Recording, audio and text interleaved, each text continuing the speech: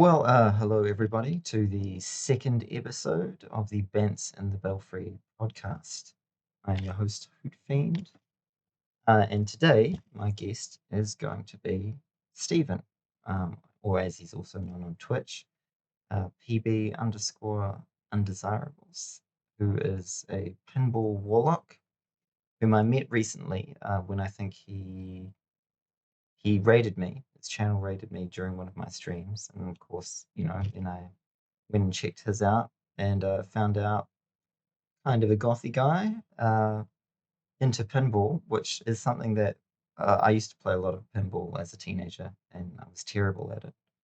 Um, but watching his stream actually really reignited a lot of the interest that I had in pinball.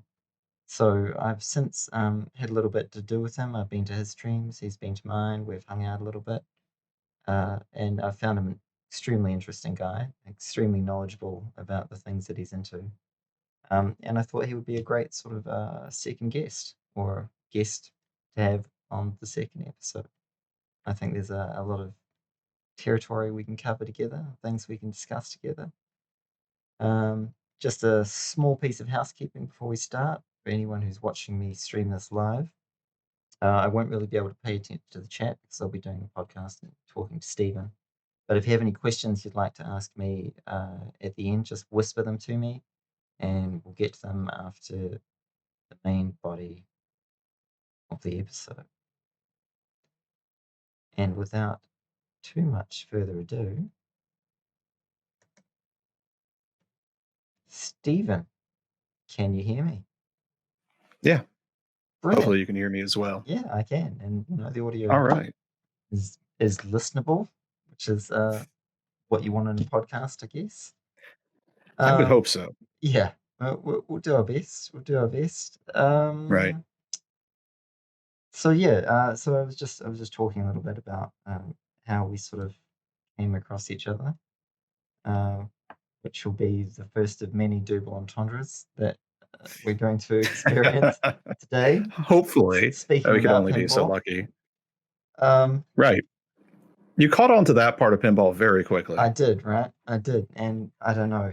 I don't recall it being a big part of my fascination with pinball as a teenager and young adult, but certainly as a decrepit, scumsy old man, it's well, let's say 85% of it at least. At least. But enough about me because I'm not very interesting and you are. And so Lies. let's start by me asking you how you got into pinball and basically how you arrived at the point you're at with it. Well, how long do you want this to go? Well, just wherever seems like a natural point. Sure. To start. Right. First time I remember playing pinball, I couldn't have been more than say like 8 or 9. I mean, pretty little kid. And what got me to play it was just the fascination with the fact that it was a mechanical game, and just kind of like, I was a little kid who loved Legos, and liked that mechanical sort of, aspect of it. And there was just something fascinating about this large blinking box with moving parts inside of it. And first game I remember playing was Bride of Pinbot or Pinbot. It was one or the other. Played them like in rapid succession of each other. But I very quickly learned that I didn't care about points. I cared about making things happen in the game. Right. And that's kind of what drew me in. So in the example of Bride of Pinbot, which I can kind of credit as the game that got me into pinball, there's a woman's face on a cube inside of the game, and you can only see one side of the cube. And the game rotates the cube as you progress through the game. Right. And so I kind of became I wanted to see what are all the sides of this cube. I didn't care about how many points I got. I wanted to know, what does every face look like? So if it was a video game, you'd be the guy who wants to unlock every achievement. Get every trophy. Not really. Not really. I just want to see the story. And I think that's kind of the equivalent. It's I don't really care about getting everything unlocked, but I do want to see the story. I'm not playing for points. I'm playing to see all the things that the game has to show me. Right. But that Yeah, would so kind of that's be unlocking all the achievements, wouldn't it? Or are there? well, I don't know. I'm just seeing if I it's don't know. related. Yeah, I don't know if the analogy, entirely holds. It starts to Well, break down. yeah. But so that was my introduction to pinball was those two games. And Mhm. then my first job when I was in high school was at a pizza place that had an arcade, and they had a Funhouse and Demolition Man there. And so I Mhm. just played those constantly. I remember Because that Demolition was Man. That's actually one I do that's remember. it's a really fun game, Mm. and that was the one I played more out of the two. And it was the first time I had the keys to a pinball machine, and Aw, so I right. Well, I mean, I worked I've at the never had place, that but experience. I'm just immediately right. jealous. So, well, I kind of worked my way to that. It became, it started off as, I was just like, doing pizza place stuff. And then I can't even remember how it came out, but somehow I was like, I can solder. I Yeah, know how to do that. And so then it's like, you can solder. Well, we're going to have put you back in the arcade now because there's things that need to be fixed. right. And so once I was kind of in that position, that's why I ended up getting the keys to the arcade and all the games. And so, after I was done working, I just sit around and play pinball for hours. Uh, and then from there, my next two games, it seems like come in pairs. Were in college. There was two games at the university, High Speed 2 and Terminator 2. Mhm. And I just, in between every class, I'd go and play them. And Terminator then 2 pinball was a big died. game, wasn't it? Terminator was a big No, game. Terminator was a big game. Yeah, Yeah. there was a ton, both those games, High Speed 2 and Terminator 2. There was a ton of them made. You'd see them all Mm. over the place. Yeah, I do remember seeing Um, that in like multiple locations around here too, back in the yeah, day. And then but pinball that was died, you say? yeah, When yeah. did that Pinball just happen? died. Like I I don't know remember what it happened. happening, but well, it's funny you say that because I was so my prep for this discussion was basically to read the entire wiki for Right. pinball and to go down more than a few rabbit holes actually. Unfortunately, I retain very little of what I read ever, Hmm. but I do remember reading about the kind of boom and bust cycles, and one of the things that happened to pinball, unfortunately, was a lot of games came in that were basically a lot cheaper to run and were Right. much more profitable for the owners and took up less real estate. And that's why it was interesting when I heard you say, that you were good at soldering, and so they were like, Americans say soldering, and in New Zealand we say soldering. Um, uh, and that that was like, oh well, this guy can solder it because pinball machines do require a fair amount of maintenance over their Yes. life cycles, don't they? Absolutely. Think about it from the standpoint of you've basically got a ball bearing inside of a box that's being slammed around into things. Mm, Inevitably, things will break, yeah, and when they do, you're going to have to fix them one way or another. that's right, and it's obviously better if you can do it yourself and have to pay a man Right. and order parts and all that sort of stuff. Right. There's I had an engineer who taught me at university said that there was an adage of engineering that anything that moves will break, Yeah. which is just really stuck in my head. Anything that moves with moving parts, it's going to break eventually. It's just a matter of how long it's going to take. And Yeah. pinball has I've a lot of heard that moving one. parts, right? Yes, it does. A lot of moving And parts. especially those games that towards the end there in the late 90s, Mm, early 2000s, late 90s, where the games just got increasingly complicated. And I think that yeah. was part of the problem too, is that the failure rate became higher as the games became more complicated, and the games were Mm, probably becoming more complicated to try to draw attention to them when you've got these video games that are far more exciting yeah. to the average person. And Right. so to compete, they got more complicated, but then that made them harder to maintain. And yeah, I think it just kind of became a cycle of a downward spiral of sorts that happened pretty rapidly. Mm. But in particular, I blame Jar Jar Binks. Oh, really? So yeah, no, because the last pinball machine made by Williams, who at during like the big boom of the 90s of pinball was Mm. Star Wars Episode 1. Oh, And right. so that Yes. was the last game they made, and then they just hung it up and they were done. Mm. They're like, we're not making pinball machines anymore. So I blame Jar Jar. That game featured a lot of Jar Jar. So I will harbor a hatred of that character for the rest of my life because he single-handedly managed to nearly kill pinball. That's my I mean, theory, at least. I like the theory, and I mean, he was a deeply unpopular character, which I guess at the time that Exactly. they were developing the game, I don't know, maybe he was meant to be like this killer merchandising opportunity uh, Well, for George Lucas. the story I've read is that because George Lucas was keeping everything under wraps so tightly, Yeah. the pinball designers had no clue what was actually in the movie, and all they Right. had to work with was what he gave them, which was a bunch of Jar Jar clips. So Oh, that's what right. happened. You know, Yeah. you can only work with what you know, and if you're trying to make a game based on a movie that is highly guarded, then well, you're not going to end up with a game that's very well integrated into the movie. And if Right. the only character that you really get information on is this, Yeah. It's the one not who just popular one, single-handedly killed the fucking movie for so many people, right? right, Yeah. right. Just and so yeah, I think that Just was. Yeah, I mean, granted, I think the ship had already set sail at yeah. that point, to be honest. But it makes for a better story if we just blame Yeah. Jar Jar. I think it makes for a far better story, and that's one I'll be repeating to other people from now on. Right. Just let's just all agree that that's the canon I and think move so. on from there. And so How you we- got into it when you were young. You had an opportunity to basically get a lot of game time on a machine Yep. through your work. And then where did you sort of proceed to in the pinball world from there? Well, I mean, after pinball just sort of disappeared from everywhere, like anywhere that there used to be pinball machines, they just kind of all evaporated in a fairly short period of time. Hmm. And then I just forgot about pinball. Like it was Right. like, well, I guess that's over. That Yeah. was fun. That was a And good couple of years there, but that's exactly what happened to me too. Although, I mean, the difference being I never got an opportunity to have access to a machine without having to pay for it. So I didn't have a ton of it money back makes in the day, so I never got very good. right. But I did really enjoy playing. I mean, it's what I did on the weekend with my friends before we could, you know, uh, before we were able to afford to get drunk and chase girls.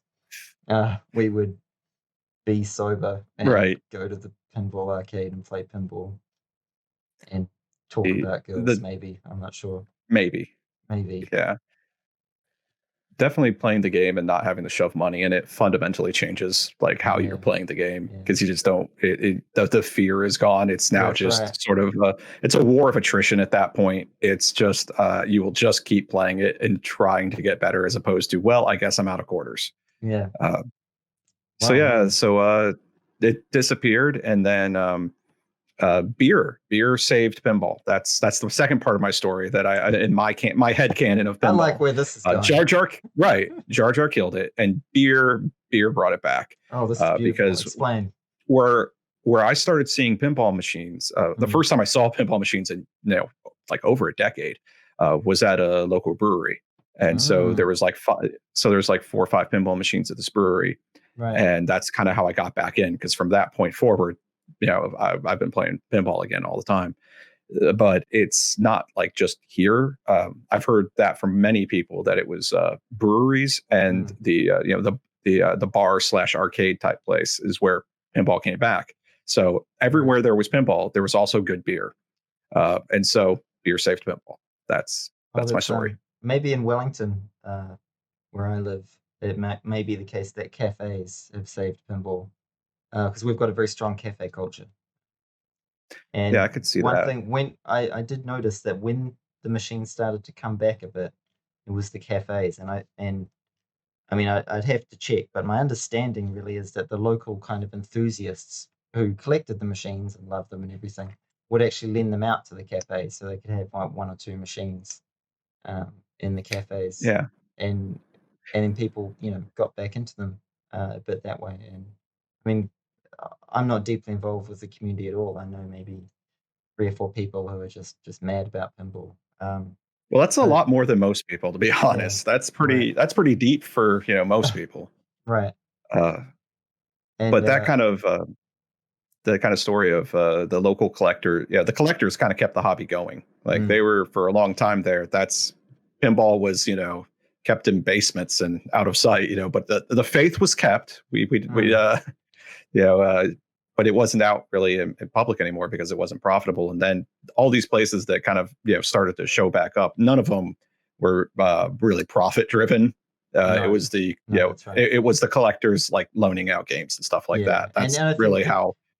I don't know if it's the case there, but here it seemed to be, the cafes kind of felt like they were sort of retro and cool, and I mean, Yeah. almost like a cool ornament to have in the cafe that people would play it a bit, but but it creates that, I suppose, visibility that you need Yeah. for people to actually have a chance to get back into the hobby and the community and competition wherever they Right. go. So, Nobody's going to get into the hobby if you never see a pinball machine. mm, It's just, yeah, there has to be an entry point. And so it's just critical that machines got back out into the public. And it was really all around, here it was all bars and breweries is really where you saw them. Arcades really kind of went away. I mean, now they're starting to make mm, a little bit of a comeback as well, but they're still pretty tied to the bars as well. You just don't really see that many standalone arcades. no, and see the ones I see around here, they seem to be more sort of full of like games of skill type. Well, like throwing balls into hoops and Yeah. uh, Yeah, stuff where you get tickets and then you trade them in yeah, for little yeah, cheap yeah. pieces of plastic. That's right. It's more that sort of stuff. I don't see a Yeah. lot of pinball machines in those kind of environments, but we do have them in certainly cafes and I think to an extent bars too. And like I said, like the communities that exist around pinball. I mean, I don't even remember even hearing that they really existed back in the 80s and 90s when I was actually playing pinball Yeah. on the weekends. But you would go into arcades then, and like there'd be rows and rows of pinball machines, and Right. it's been really fun for me just over the last couple of days, like trying to track down ones I remember, and the nostalgia was strong. I kind of wish I wish I could afford to get one, but and B, that I kind of had room to put one in here because I'm just really liking the idea now of just getting a fucking pinball machine and just It's pouring so much hours of my fun. life into it and just trying to Right. master it and you know And if you're like me, inevitably failing, but you get a little better. But yeah yeah, once you've been around people who are actually good and you know where the bar's at, yeah yeah you'll never feel like you're actually good. It's no. fine. It's I suppose completely it's normal. almost, I mean, in any saying there's one guy who's maybe, or of whatever gender, who's the best at the thing, Right. and it's pretty easy for like even just a few ranks under that person just to feel completely inadequate when Right. you're around them. You might be training really Right. hard, but like we were saying the other day, that you're a filthy casual to that person.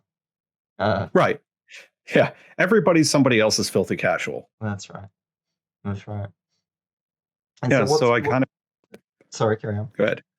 I was going to say, so yeah, so from there, the brewery did well, and eventually the brewery moved to a new location, and pinball at that point was actually bringing in a lot of people because we'd all go and play and drink, and Hmm. so they gave the collector who had moved the machines in there, they gave him a lot more space to work with, Yeah.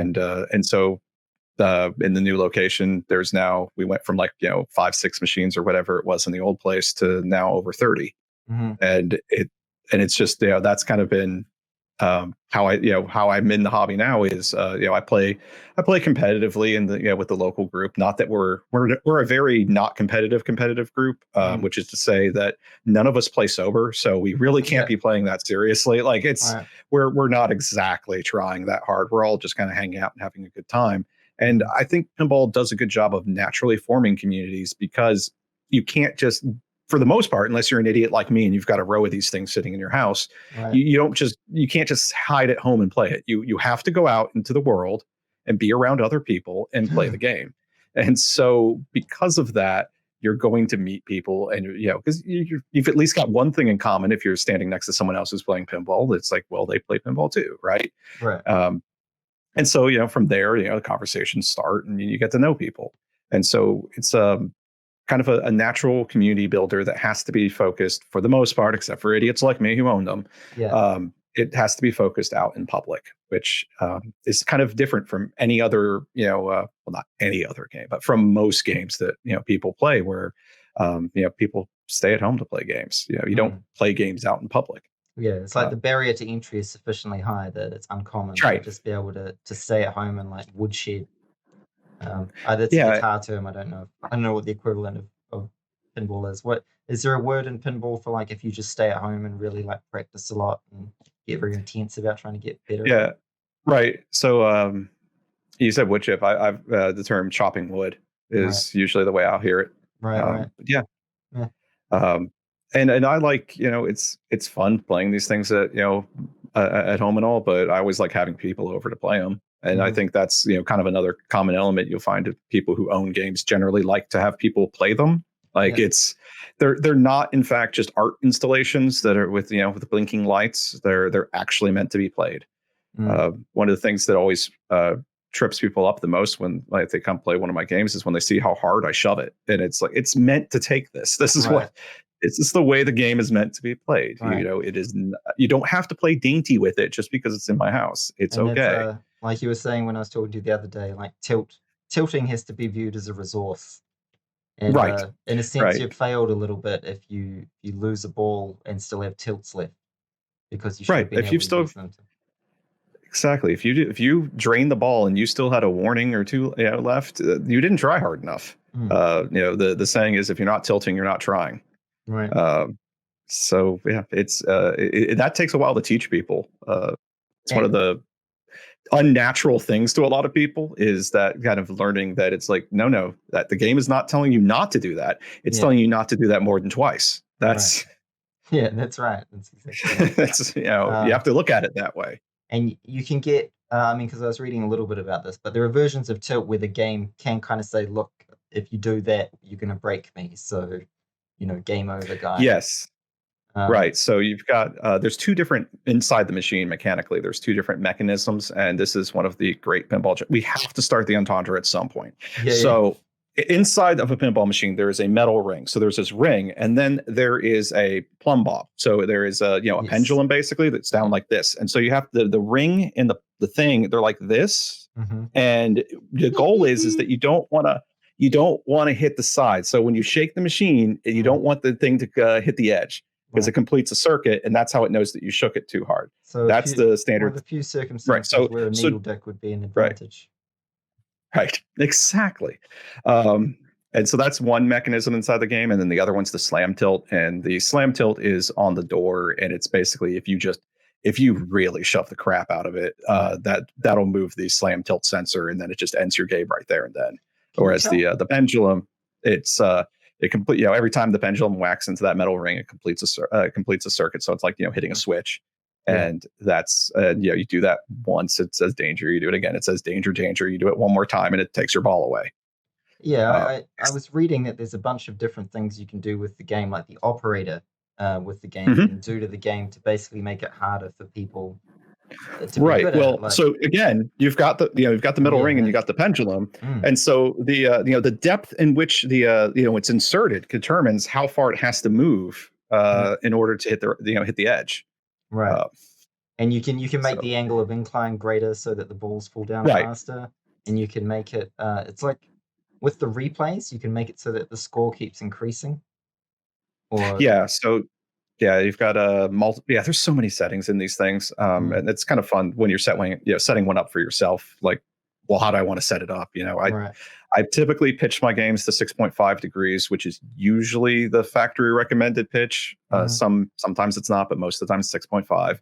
And then the tilt, I try to set my tilts roughly equivalent to the tilts of the games that I play when right, I'm out at the brewery, so that yeah, I'm not learning how to shove the game so hard at home, and then I go out to the brewery and just tilt every time. mm, Uh, so that's how I try to set mine up. And then on replay, usually the default setting is replay will award will award a free game, and every time it awards a free game, it raises the replay value. mm, And when it doesn't award a replay after so many games, it lowers it until eventually somebody hits it and gets a free game. right, At home, this is boring to me. Winning a free game does nothing. So I set replay's award to be an extra ball, and I set it to a static value rather than one that floats. That way, it's always the same place. So I can kind of know game over game where that okay, I have to get to 200 million or whatever, and now give me an right. extra ball. And so like those are like little things that you do when you're setting up games at home, as opposed to when you're on location. It's like, oh yeah, just let it do the factory thing where it floats the replay value. Mm, mm. And Makes a then lot of I sense. actually uh, you know uh, just leveling these things is a pain too, to make sure that you've got that 6.5 degree pitch of the play field, and then you need no pitch on left right. And so it's That's one of the things that I will very quickly, if I'm playing pinball somewhere, notice if a game is not level. It's And that's just, like oh, that you can ball. test that by putting a marble on it, can't you? And like having it run down and seeing if it veers left or right. But it should go. Well, instead of a marble, this is crazy. You could Yeah. use the pinball since they Ah, have one of those inside the game anyways. I right. know. Who knew? That is one of. Um, yeah, I just thought I'd point that out in case you need to help out one of your three friends that has a pinball machine. Um, so there's, I use an inclinometer. I've just got like a little digital inclinometer that I put on the playfield to figure it out, and then I'll verify with an actual ball to make sure that something isn't completely out of whack. But generally, that tends to work for me. But if I'm out on location and then, if I'm somewhere where the games aren't level, it's like, well, I guess I'm going to be doing more drinking and less playing tonight. It Right. drives me crazy because it's just once you know what how a game's supposed to feel, it's very apparent when it's off. Yeah. Well, because I mean, you've really dialed in your reflexes and skill and stuff to the machine being set up a certain way. And I imagine it's like dealing with wind or something if you're a tennis player, right? Right. Well, like on that level, it's kind of funny. Like, so Star Trek, that way. Hmm. I know. Let's see. I've got one. My friend who owns the brewer or owns the games at the brewery's got one. There's another arcade in town that's got one. I I've used to got play it another. a lot too, actually. I've got another friend that's got one. Like there are so many of that game in this town, and Mm, all of them play different. And it's not that they're not level. It's right. just subtle differences between them that are just Yeah. like things like how clean is the play field? What kind of Yeah. wax did you use? Did this one, when was the last time it was cleaned? Yeah, like it's just Right. there's so many little. Yeah, it's the And wind in golf. and It's that honestly, little. I think that's the case with if anyone's spent a lot of time working with machines, even identical machines, especially when they have moving parts, and well, Yeah, definitely when they have moving parts, there'll be all those. I mean, I used to work in a factory that made credit cards, and so we had this array of machines that were like nominally identical, but every single one had its own kind of idiosyncrasies that you yeah, needed to know about. Otherwise, you could screw up your jobs and yeah. get a solid scolding. Yeah, and it's like there's nothing wrong with them. You just need to know the idiosyncrasies of that game. Like in Star Trek, because that is an example of I've just played so many of that particular model. Mm, Um, there's the left kick out on some games is incredibly dangerous, and it'll throw the ball towards the center, and on other games it will gently deliver it to left flipper, and it's right. just nothing wrong with it. It's just a matter of like how strong is that solenoid that's popping the ball out. It's It, just little that is when they installed the little the little guide on top of that solenoid as it was at exactly the right angle, was a little off. It's just mhm. all these little things that are different and can make a shot safe on one machine and dangerous on another machine, but neither of them is wrong. It's just they're different. And so I mean for guys who are serious about competition, how do they kind of compensate for that? Like do you if you're going into some kind of championship or whatever, do you get to time to practice on the particular machines or Yeah. Yeah. In sad news to pinballers everywhere, they just recently announced that Replay Effects is canceled, and that was mm, our gigantic pinball convention of the year. right. Um, and it was like 1,000 player tournament, and it was run very smoothly, which is crazy for 1,000 players. Yeah. But the way they would do it is they would give everybody time to practice, before you'd start competition. Now you didn't realistically have enough time with 1,000 players. The number of pinball machines they had was fairly insane. Mm, So you didn't really have time to play all of them, but you had enough time to maybe play a few, kind right. of get a feel for it. Maybe play the ones that you think are games that you might have trouble with. Or generally, what I would do is I play the games I know, which I Right. know is kind of counterintuitive. You think you'd play the games that you don't know, but if it's a game I don't know, I'm just going to be playing on reflex anyways. Right. If it's a game I do know, then there's the possibility that I'm going to know something or think something rather, and then it's not going to work the way I think it does, Hmm. and that's what's going to trip me up. So kind of paradoxically, in some ways, it's almost a hindrance to be playing at a game in a tournament that but you don't know that particular machine, and because So you're used to all the right. idiosyncrasies of the one you've been playing. And now you're playing this other one, and all of a sudden everything doesn't work exactly the same way. Where if they just throw you on some random game that you've maybe played once or twice in your life, you don't know, and so you know what you're going into at that point. You're already in that kind of reflexive mode. So what's the usual kind of structure that they have in those sort of tournaments? Like, do you say what machine you want to be on? Do they just chuck you on whatever? Like, how do they run that sort of so I mean, this tournament, given that there were 1,000 players, I'm still in mourning. Yeah. The wound is fresh. The structure of this tournament was they would pair you up with 4 people, and then you would get randomly in the first round. You'd get randomly assigned with a group of 4 other people, and then you would get assigned to a random bank of 4 games, and you would play 4 games. Wow. You would play 4-player games, and however many people you beat, that's how many points you would get. So if you came in first place, you'd get 3 points, and second place would get 2 points, third place would get 1 point, and fourth place would get nothing. Right. And so after the first round, then they would take everyone with like scores and group them together and assign them to a random bank. And so you would just sort of, and so you would use that model, and they just keep repeating that until you've done enough games that everyone's kind of like, statistically speaking, we've kind of figured out who's better here. And is there kind of what am I trying to say? Like a relatively sort of pure way that you can practice to, I mean, can you just sit there dropping a ball on a flipper and then trying to put a dot somewhere and just trying to aim for that same dot over and over, like the skills that transfer across games? Is there a way to zero in and practice them? To a degree, yes. Generically, kind of knowing where the center of a pinball machine is on a flipper, you kind of get used to that because so many games will ask you to shoot the dead center of the game. Generally, the orbits, the far left and far right shot, are in the exact same spot on every game, so you kind of get pretty good at where those are. And everything else, you kind of sort of get a feel for about where it is on the flipper. If I let the ball roll down this far and then flip, it's gonna go up that ramp or whatever. You kind of get a feel for it, but I'm not good enough to the point where I can do that on command. I can do it on games like my games. I can do it fairly well, but if I go play out games out in the wild that I haven't just grinded on for hours on end, I'm going to miss shots all over the place. And then the far more important to me skill kicks in, recovery, figuring out how do I nudge this game to get that ball to return safely to a flipper. Right. And so what would you kind of identify as, I suppose, the things that you feel separate someone with your kind of, let's say, serious amateur level of skill, whatever it might be, and like the top tier? I don't know. I mean, can people make a living playing pinball at this point? Are the top guys getting paid?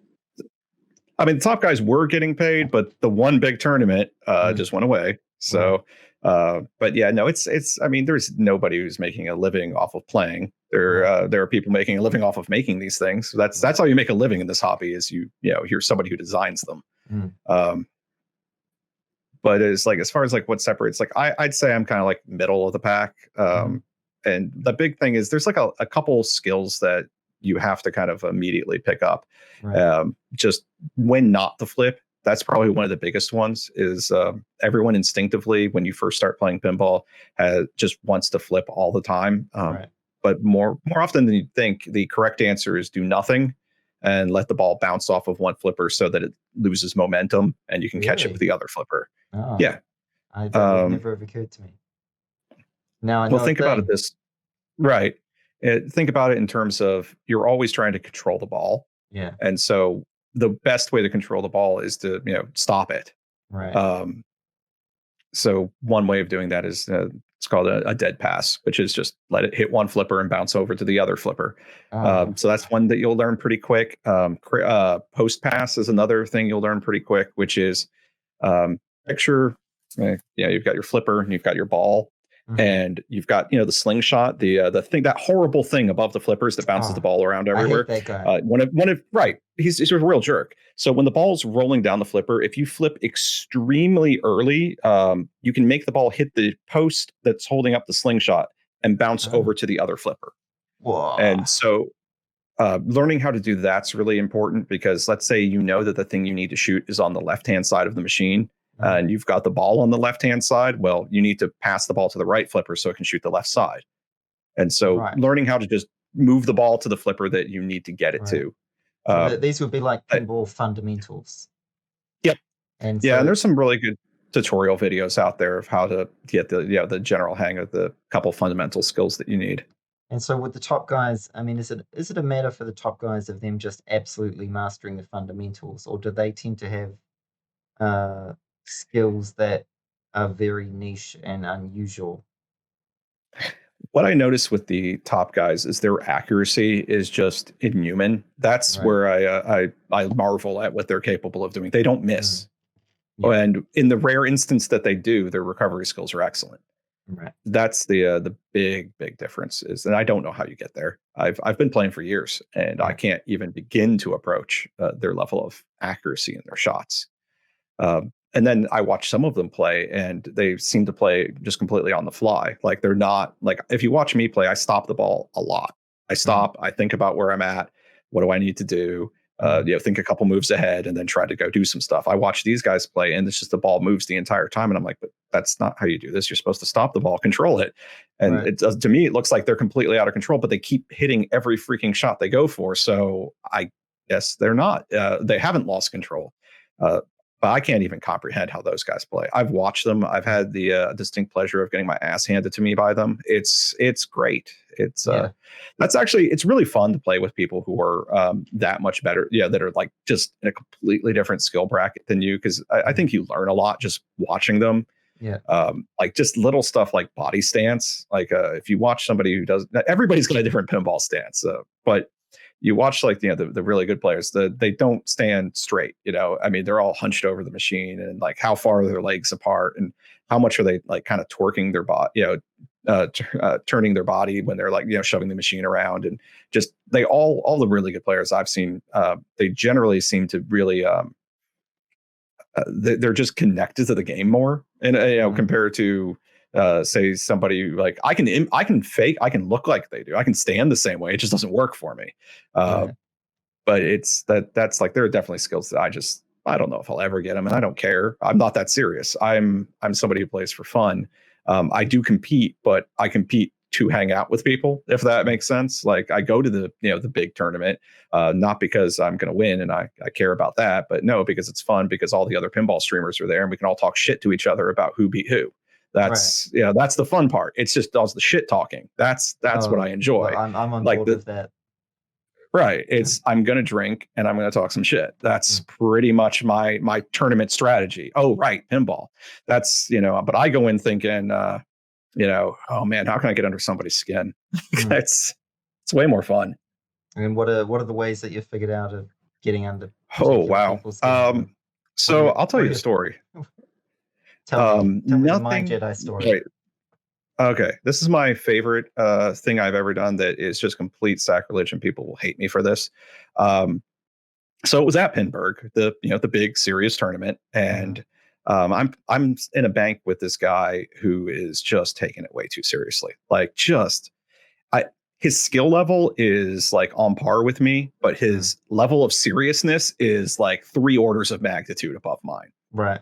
And so I decide that I just need to fuck with him because this is gonna be funny. And so there's a rule where if it's your turn to play, you have 5 minutes to plunge, and if you don't plunge within those 5 minutes, you're DQ'd. Right. So I'm about to step up because I yell, "Give me a minute! I got to go grab a beer." And so I run, jump over the barricade, go up to the beer stand, get a beer, run back, plunge the ball, and proceed to start playing one-handed while drinking. And and through like the grace of the pinball gods, at that moment, I was somehow on fire and was making it look like I actually could do that like easily. Um, Does and that then does, I wait. and I just Does that mean you are only using one flipper, playing one-handed, or were you moving your no no hand no. from? Look, you got to move one hand. You got to hold the beer with the one hand. You got to drink Right. and go Oh. back and forth. Um, and so I did that until I managed to capture the ball, cradle it. You got to cradle the balls. You got to make Right. that joke. So I got the ball in the cradle, which if you don't know is when you have the flipper up and you trap the ball so it can't roll anywhere. And then I managed to finally like put my beer down and start to play. That guy like he's just like veins bulging in his neck. He looks so fucking pissed off and just like, I'm not taking this seriously. And I'm also crushing him. Yeah. And he couldn't recover from it. Like he was just garbage the rest of the time. And that's like, those are mind Beautiful. games. That's what I Beautiful enjoy work. is just taking the piss out of people, you know, and it's just, you're taking this too seriously. Have fun, relax. Oh, Don't excellent. worry about it. You're not going to win. We already know, like there's 5 people here. We know their names and one of them's going to win and it's not you. So don't worry about it. You're just here to have fun like the rest of us. You're just taking it a little too seriously in the meantime. So I'm going to make a mockery out of this and then proceed to actually win. Oh, that's a thing of beauty. I was It is. One thing I really did want to ask you actually was what are the kind of particular things that you think attract you to a game? Like what makes a great pinball game to you and what kinds of pinball games are you most attracted to? So I'll start with like the big one that's probably the most controversial is theme. I want a game that's got like a theme that draws me in. It's got to be something like cool, something I look at and go, yeah, I want to play that. That looks neat. I mean, it's the most superficial thing, but it's like in some ways it's kind of the one that draws you in. It's if the theme is just garbage, unless you've got somebody who tells you that, hey, give it a chance. That game's really good. I know the theme is garbage. You're just not going to even be drawn to it in the first place. So for me, theme's super important. And then in terms of gameplay, the big thing for me is it has to be understandable. There are games where the rules are so deep and so complicated that it's just like, I don't want to think this hard. Look, I just want to shoot the blinking shots and get points. That's it.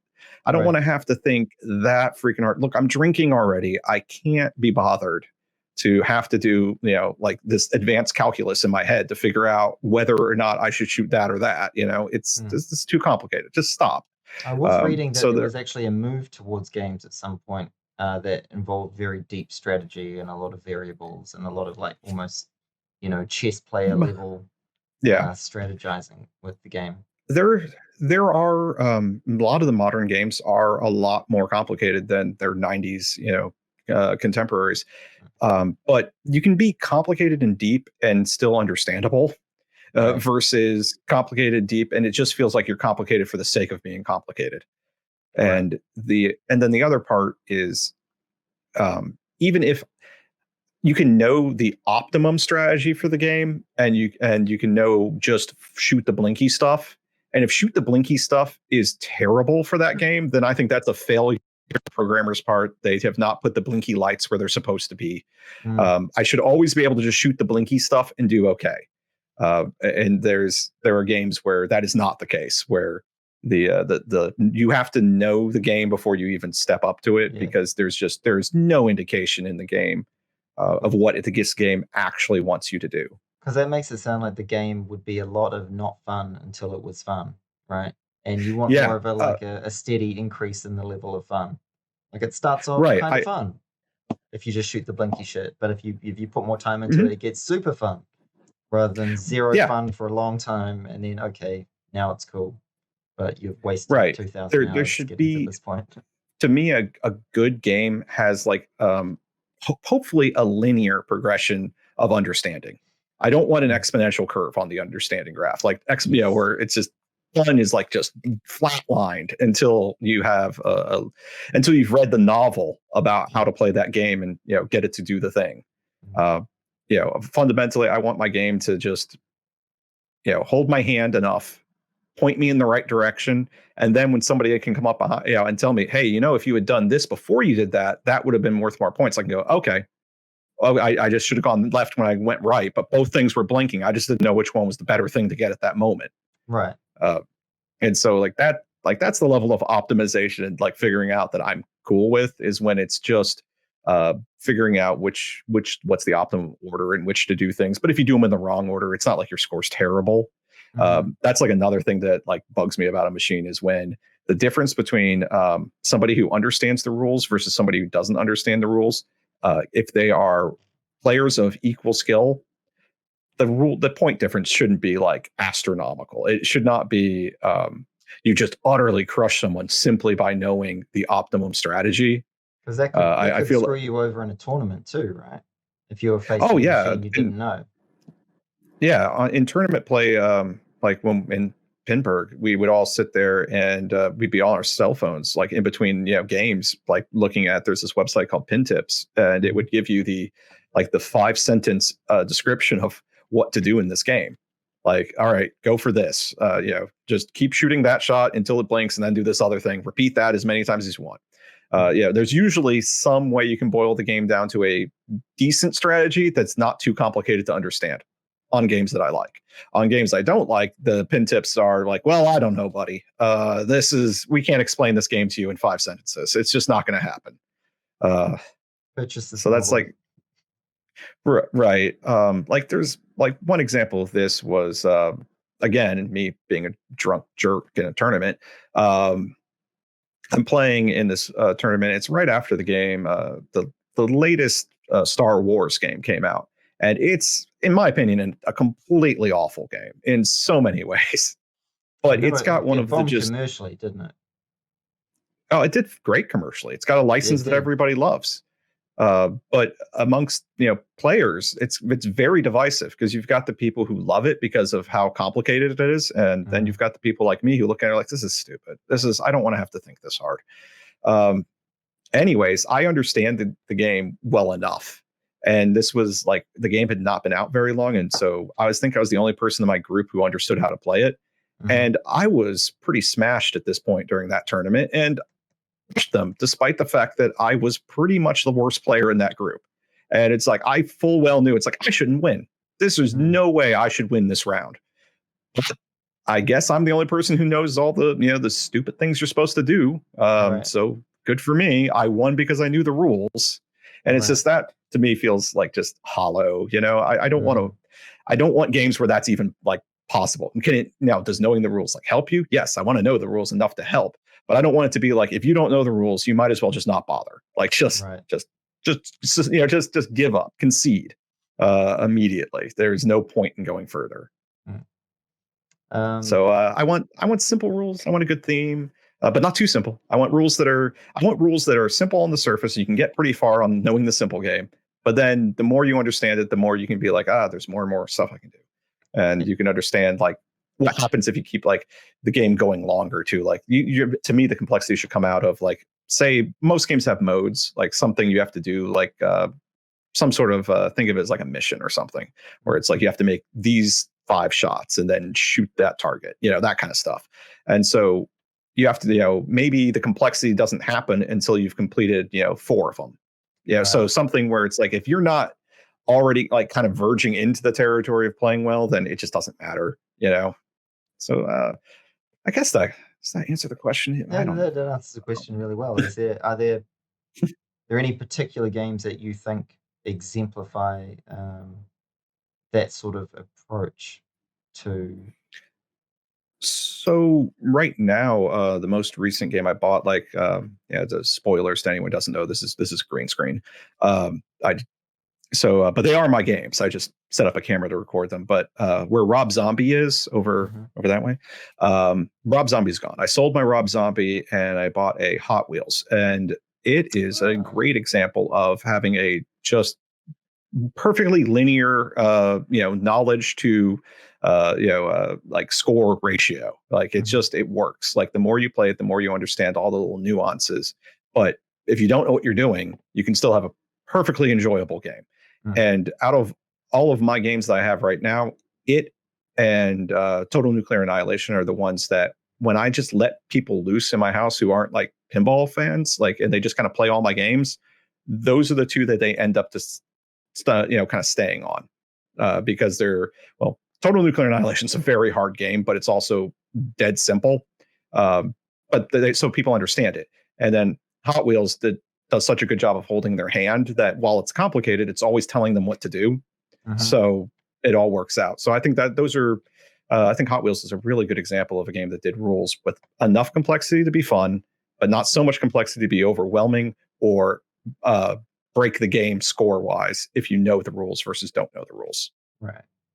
And like, I mean, in the time that you've been playing, and I know there have been periods where there definitely weren't many pinball machines getting made, but what Yeah. what sort of stand out to you in terms of the innovations?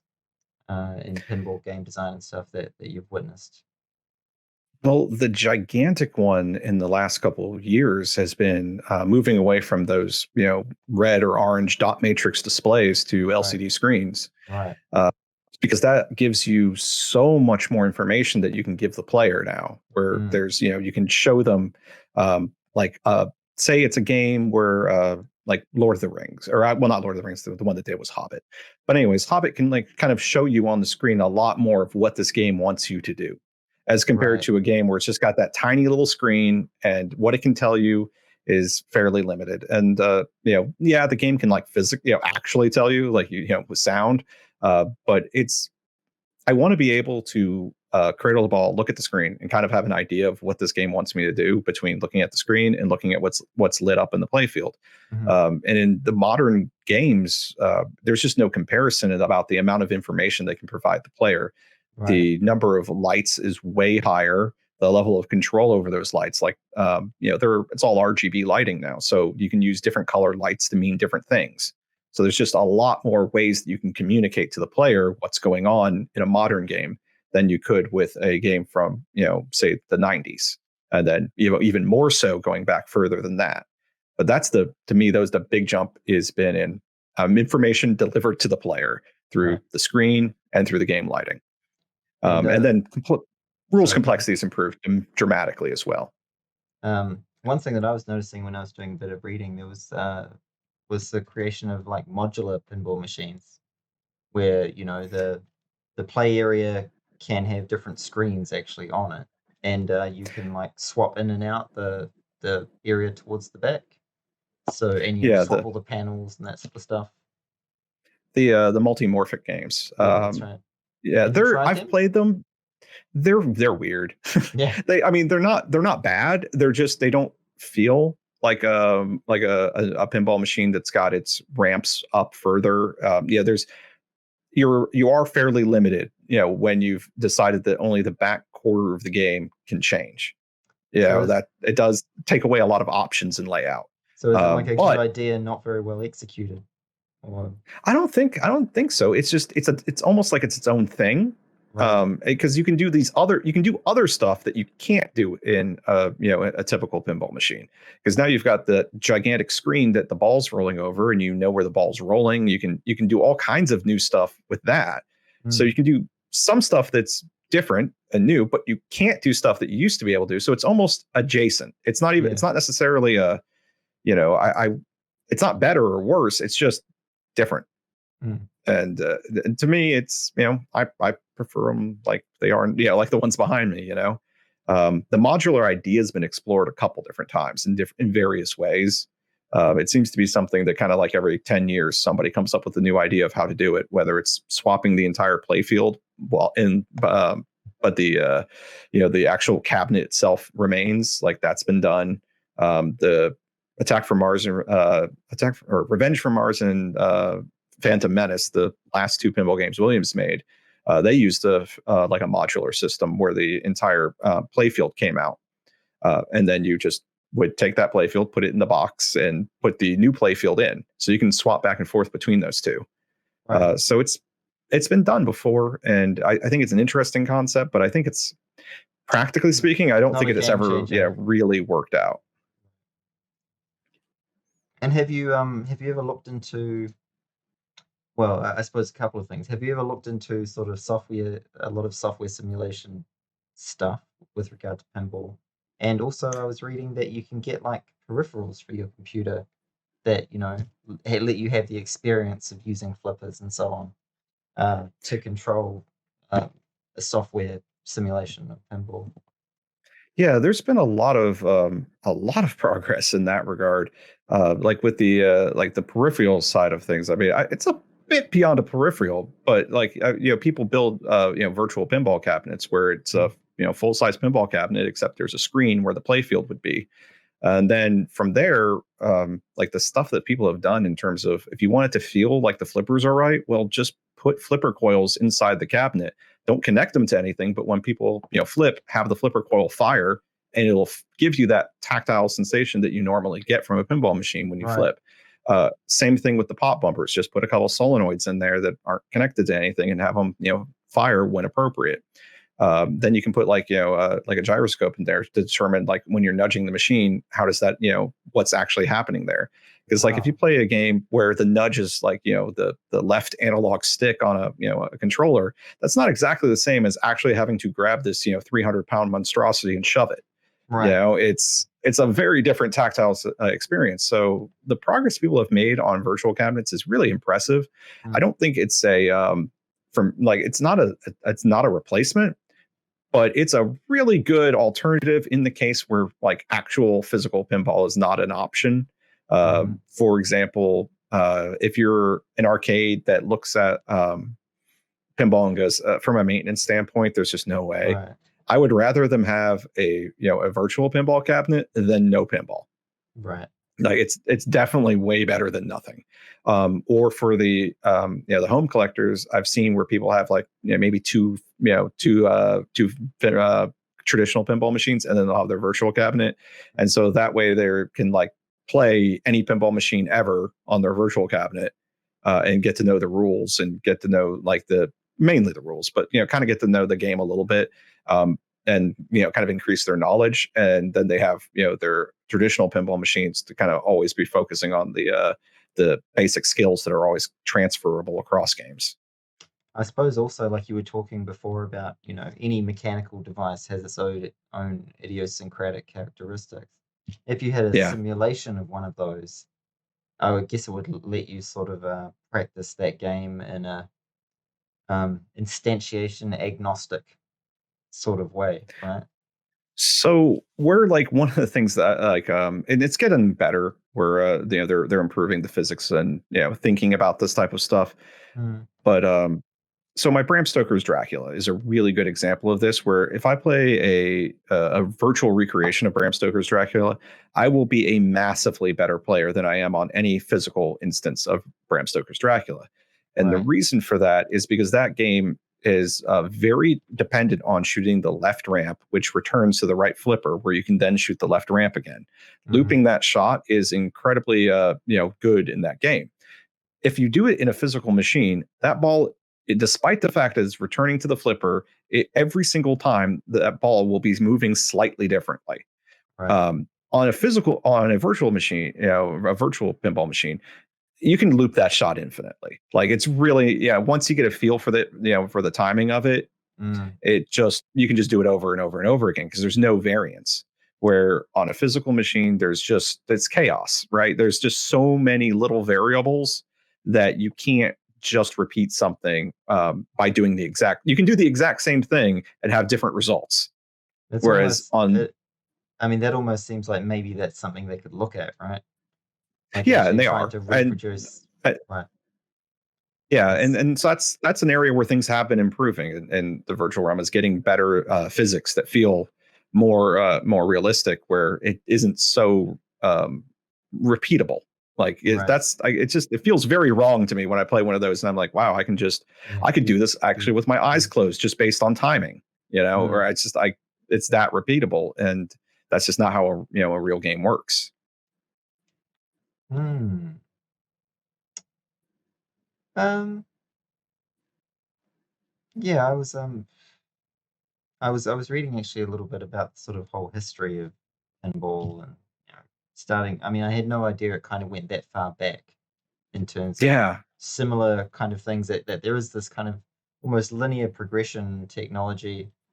Um, and one of the things I didn't realize is that in the 1930s style of pinball, they had no flippers and they just had all those pins where it kind of like went into the holes. You just kind of it was right. mostly the Where it was plunger, and then it would or go. is literally a pin. It was literally pins and a Yeah, ball. literally pins. And Yeah. what I remembered is that when I was a kid, my grandfather was an engineer, and he built one of those for his grandkids to play Hmm. with. Um, and I remember just every time we went and visited my grandparents, I guess the adults went and talked in another room, and we just played, and I would never have like I suppose connected that as being something that related to pinball in any way, but it was just a shrunk down version of one of those that because he was an Yeah. engineer and he liked building, he built kind of magic tricks and all that stuff as well. But he built one of those 1930s styles pinball machines. Well, I suppose pins, right? Right. Yeah. Yeah, and you go back and those old, the really old games. It's sort of interesting to see that evolution towards convention. Like the really old games, it's like even when they started adding flippers, they weren't in the place where flippers are now. Yeah, that's right. And They have them in different ways. they tried all Yeah, kinds of weird stuff where, yeah. it's now the flippers are pretty much on every game. They're in the exact same spot with the same spacing. Usually there's like a couple like times where they'll be slightly further apart, but for the most part, there's like, pretty standard layout. But you go back to these games, there's no conventions yet. So it's just, it's just a wide open, they're trying all kinds of stuff to see what works. And so you get these games, you look at them and you're like, what the hell? You like I've seen ones where the flippers are actually like this, like, so they're like this and this, and there's the two holes on the side. Like, it's like they just haven't figured out, like, it's like, no, the flipper should be like this. They're like, no, let's put them like this. Yeah. And it's just like there's all kinds of stuff that you find like that when you start playing really old games. Well, actually, I was also going to ask you about your own collection. Like, what's the state of that? Like, what's that kind of looking like? And what are your plans Uh, for it? So I am the worst at selling a game. I'm a hoarder more than I am. Like when I get one, it's not going anywhere unless I am really thoroughly tired of it. The only game I have ever sold is Rob Zombie. And so my collection right now is what you see behind me. Swap Rob Zombie for Hot Wheels, and then I've got my oddity, which is Eros One, which is a cocktail table pinball machine. So it's if you've ever seen like a Galaga Miss Pac-Man type cocktail table arcade cabinet, it's the pinball equivalent of that. Oh, And so I've never seen one. It's rather strange. It's so it's What's smaller than I'll put a link to it afterwards so people can have a look at it. Eros One. Let's see. Yeah. Let's see chat. Yeah, so I've got one of those. Cocktail table pinball machines were kind of a odd little fad. They didn't last very long. They didn't earn money because for the same reason that cocktail table arcade games didn't earn money. People tended to use them as tables rather than devices into which to insert money to make the owner, a profit. Right. So they didn't really stick around long. But I came across the opportunity to get one, and it fit perfectly in the room where I've got my pinball machines, since it's a bit smaller than a standard pinball machine. So I jumped on the opportunity to grab one. As far as like future, the only, like, I look at my games, it's like Star Trek's going nowhere, Bram Stoker's Dracula is going nowhere, and Hot Wheels is going nowhere. Like those three games I'm so happy with them. I can't see myself parting with them. Jackbot is probably the closest to the chopping block, but it would take something, I'd really have to be blown away by something to, swap it out. And then Total Nuclear Annihilation's a little further back where I really don't want to part with it. But if the right game came along, maybe. But yeah, that's I try to I'm trying not to spend too much money. I'm already in pretty deep. You always want so you shiny, right? Right. Yeah, and they're expensive when they're new, man. So, and I bought Jackbot and Star Trek and Dracula. The three of them I bought used, and then Total Nuclear Annihilation, Hot Wheels, and Rob Zombie I brought new. So they're I've done both, and it's just they typically you're going to it's a gamble as to whether or not the game is going to hold its value or not. But it's I don't know. You find a game you want to get, like Rob Zombie. I got it because I played it. I played it enough to to like what I had, but I didn't play it long enough to. There's like a real difference between playing a game 10 times and playing it 1,000, right? Yes. And so that's where Rob ran out of gas for me, and it just kind of became this game where it's just like I know this game. It's not that interesting anymore. It's neat. It's novel, but that's it. As opposed to didn't reward the extreme level of investment. Right. And they take up so much room that it's not like I can just shove another one in. I mean, although I do know that if I shove all my games as close together as I can fit one more game in that room. Also, if you ask anyone who owns pinball machines how many more games they can get, they will always answer, if I do this, I can fit one more.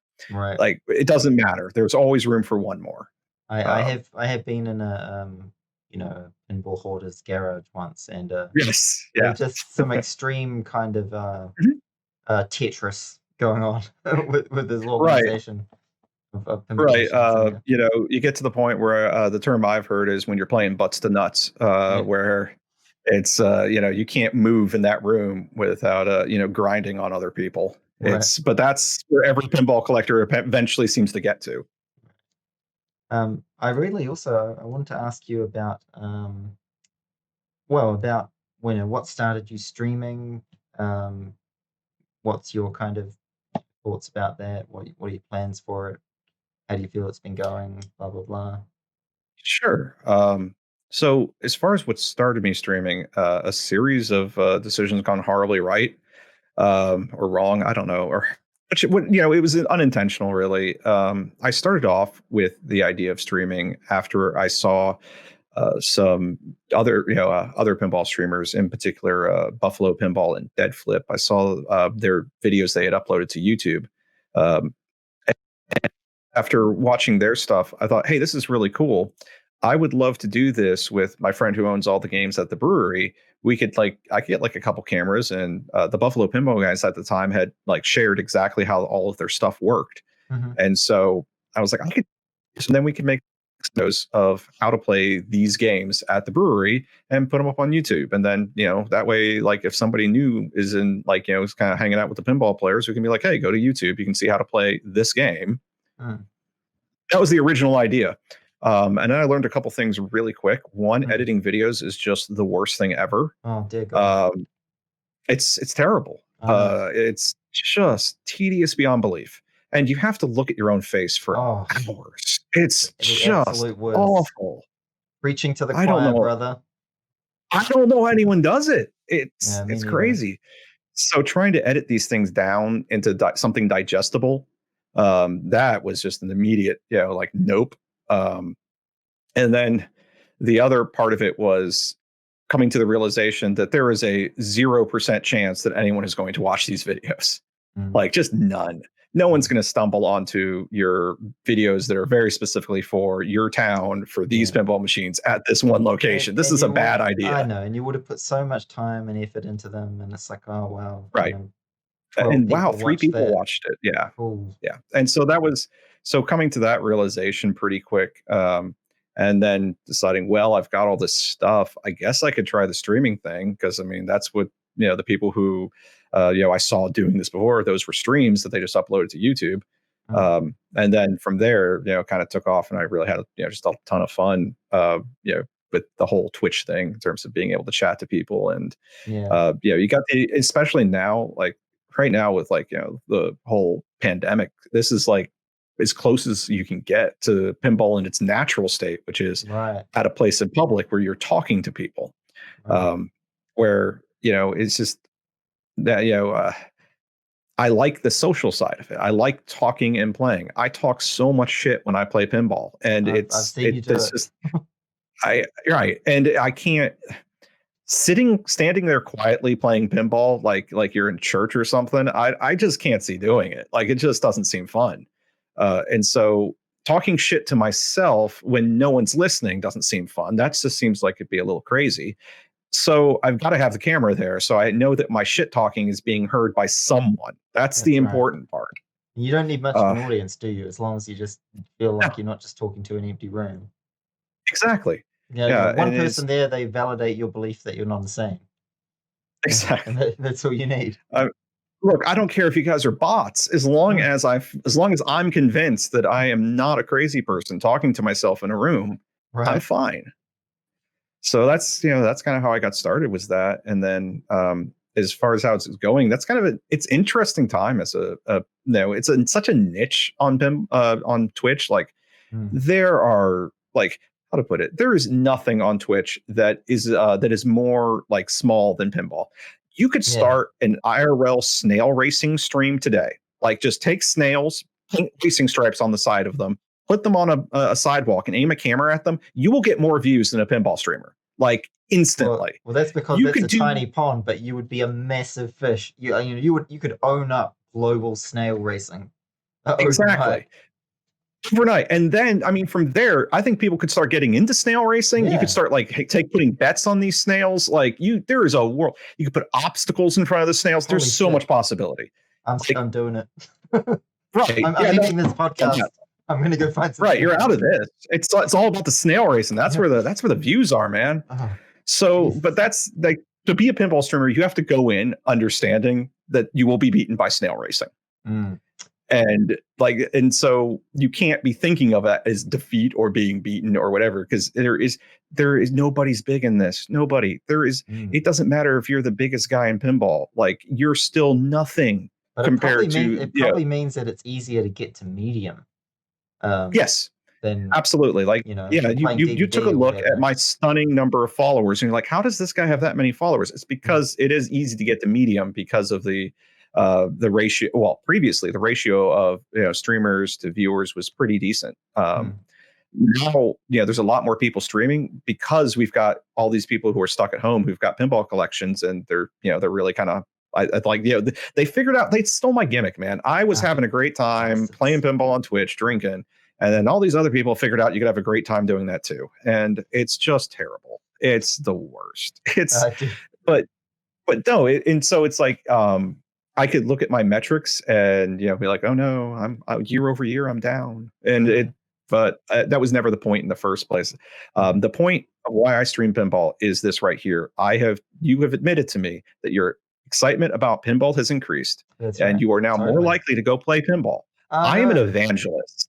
That is all I know. That is my point when I play on Twitch. Is I want to have fun.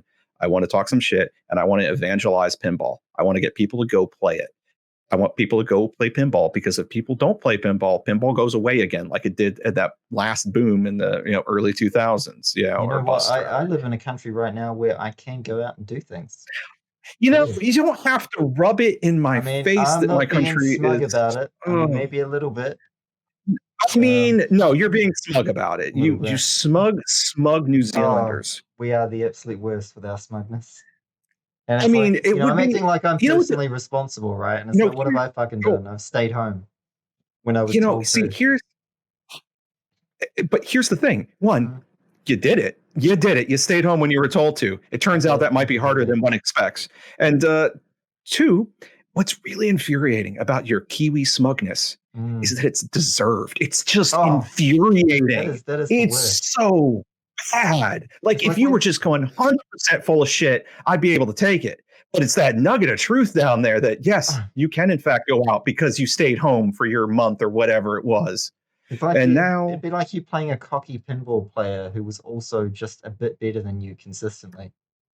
Right. And now there they are playing with one hand, drinking a beer with the other. And you were standing there all serious, and you realize that you're just not that good. Infuriating. Just what does one even do or say about it? Right. Other than what we have just done and said. Pretty much. I think we covered it. Yeah. Go New Zealand. Sorry, America. Sorry. Man. Maybe next time. It's just like, I come on here and I'm just getting punched in the dick repetitively. It's I'm an experience. You're a shit talker. I mean, really. The only reason is going to happen. I mean, I'm just glad that we don't have to both lisp the title of this show, because I was really thinking that was going to be the case up until about a week ago. So I'm so glad you renamed it, because that name you came up with was awful. Well, okay. In my defense, both me and the guy who came up with the current name, we both came up with that name. And he actually he thought it was decent. I thought it was decent. Like, independently, like inventing calculus, we both came up with that name. Right. I mean, it was an equal achievement to inventing calculus. Well, we thought so. Right. And then I put that shit in Wikipedia. My girlfriend was asleep, and I woke her up and was like, here are all the names we came up with. What do you think of them? And I want to go with hot gossip. And what do you think of these other ones? And she was like, oh, they just sound stupid. And then she just immediately went back to sleep. I was like, oh, well, she typically wait.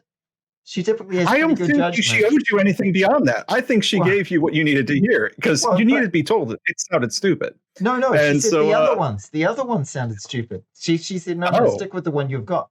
This is the thing. And then I well, finally that's just just what she knows about branding and making it. well, I know it well exactly. But then I spoke to her when she was properly awake hours later, just to kind of Mhm. reconfirm that I had really heard what I heard. She's like, "What are you talking about? That hot gossip is terrible. It's a garbage name, and this one is way better, and it's really funny." And I was like, "Well, I So kind what of you thought that, but yeah." So, and she didn't remember having the initial conversation because she was, went that straight back to shows you sleep. how important it was, right? Right there. It's that Yeah, it wasn't even worth the conscious thought that was there. Like I just know. empty that right out, go back to sleep. Well, there's a moral in there somewhere, but I don't know what it is. But Right. I'll leave it as an Yeah. exercise for So the listener. since we've kind of run into it, like running way back, like so why did I raid you that first time? Yeah, why did Um, you read me so that first time? so my wife watches Friday, and so she was telling me about her, and she was like, you should go raid Mr. Owls, and I'm like, who the fuck's Mr. Owls? She's like, well, go watch him and see. And so I like lurked you once or twice. I was like, yeah, this dude seems cool. You get a raid.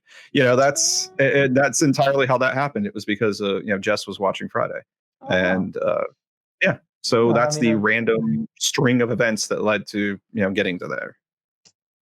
wow, it's a funny old world. I've spoken to Jess a bit actually. Yeah, she seems really nice. Yeah. Oh, Um, she's great. Actually, here's a kind of random question before I go Mhm. on to a less random question. Did you ever watch the pinball number count on Sesame Street when you were a kid? Yes. Do you know what I'm talking? You know what I'm talking about. I know Yeah. exactly what you're talking about. And it's like I used to watch that like semi-religiously as a very young child, and it Right. haunts me. I think it's just that whole 70s style of cartoon animation. There's a whole Yeah. bunch of cartoons that I've seen in that style, but Yeah.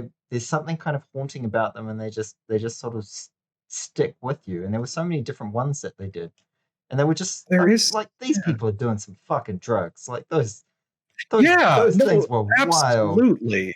Not a doubt in my mind. Like you watch like the 70s animation style. Like, yeah, I know Mm, exactly what you're talking about too. It's like mm, mid to late 70s, in bleeding in a little bit to the early 80s. There's this very yeah. distinct style of animation that, yeah, the pinball number count on Sesame Street's a great example of it. But yeah, and it just, yes, it's haunting, and I don't know why. No, I It, don't it either. it's not. It's a little It, bit, yeah, it's catchy, but it's got like a nice little jingle to it and all. but But there's something bizarre and it off goes kilter beyond about that. it. They just stick Yes, with it you. gets under your skin. Mm, It's the sort of thing that's like the tingle on the back of your spine, and you don't know why. yeah. It's yeah. No, I'm with you. It's I'm haunting. glad you reacted that way. I haven't Right. really spoken No, to anyone about we're that, but seeing eye to eye on yeah, this. excellent. Oh, and okay, just one more sort of pinball question before I move on to a different flavor of question. But that was oh, what do you kind of know about custom pinball machines and people just totally making their own from scratch? Because I looked at a few that it's like these pinball machines should exist. Obviously, someone's had that thought. Like one of them was a Mhm. Ghostbusters one was like a Matrix one, and someone has just fucking built the thing so it looks Yeah. like it's just rolled out of a factory and plays in this amazing way, and they've done it from scratch. And if you sort of do you know much about that sort of thing, or have you seen them? Yeah, I don't know that much about how to do it. It's one of I know enough to know that I never want to do it. Yeah, It's one okay, of those where it's like I understand what the scope of what I don't understand. right. Or It's a good well, place in a to be. combination of I understand how much effort it is, and I understand my own laziness. And Yeah. so between those two, I'm just out. Now, Mm. as far as the first experience I had with a custom homebrew pinball machine, so Total Nuclear Annihilation, right over there, um, actually started off as a homebrew pinball machine. Oh. It was one guy's project to make a game he wanted to make to play with his friends, Mm. and he would bring it to pinball shows. Back when we had conventions, and it was at a one show in particular. I believe it's Texas Pinball Festivals where it really blew up. And so he's got this game at the show where, and at these kind of conventions, people like if you bring a pinball machine, you get in for free, that kind of thing. So Mm. people just bring a game or two, and you can sell your game. So it's like so people will bring games, and put a number on like, hey, if you want to buy it, call me or whatever. So there's a ton of pinball machines at a convention. typically. And so Scott, the guy who made Total Nuclear Annihilation, had made the game, brought it to a couple of conventions, and at Texas Pinball Festival, one of the pinball manufacturers took note of the fact that this little homebrew machine was getting a longer line than some of the the new games. Right. And so it, kind of from there, it, became a, manufactured pinball machine. And I was lucky enough to play it at the last show before, like they had just made that announcement that it was going to be manufactured. And so I got to play the original prototype, which is called a whitewood in pinball speak, which is because the piece of wood that you're playing on is literally just, a white piece of wood. Right. And so I got to play the Total Nuclear Annihilation, whitewood with the guy who made it. And, we ended up hanging out and stuff, but it was, that was really cool. Like to just, I've picked his brain a little bit and listened to him. Yeah. And so like, that was my introduction to the concept of you can build one of these things yourself. Right. Was Total Nuclear Annihilation. And then since then, it's gotten, it's sort of almost exploded, the number of people who are working on homebrew pinball machines. In Part of it is there's now there's two different programming frameworks for a pinball machine, so you don't have to sort out the basic stuff like how do I trigger a flipper, that kind of stuff, like the fundamental skill, there's two frameworks. Right, somebody's just already made the toolkit, right?